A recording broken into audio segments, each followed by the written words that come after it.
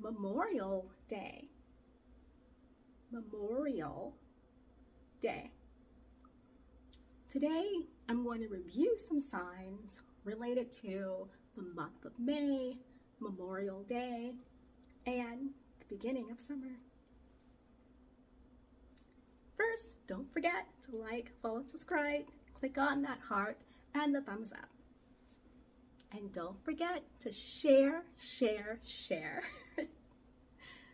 Let's get started. First, the month of May is filled with so many things happening, and it's almost over. Wow, it's gone. I can't believe it.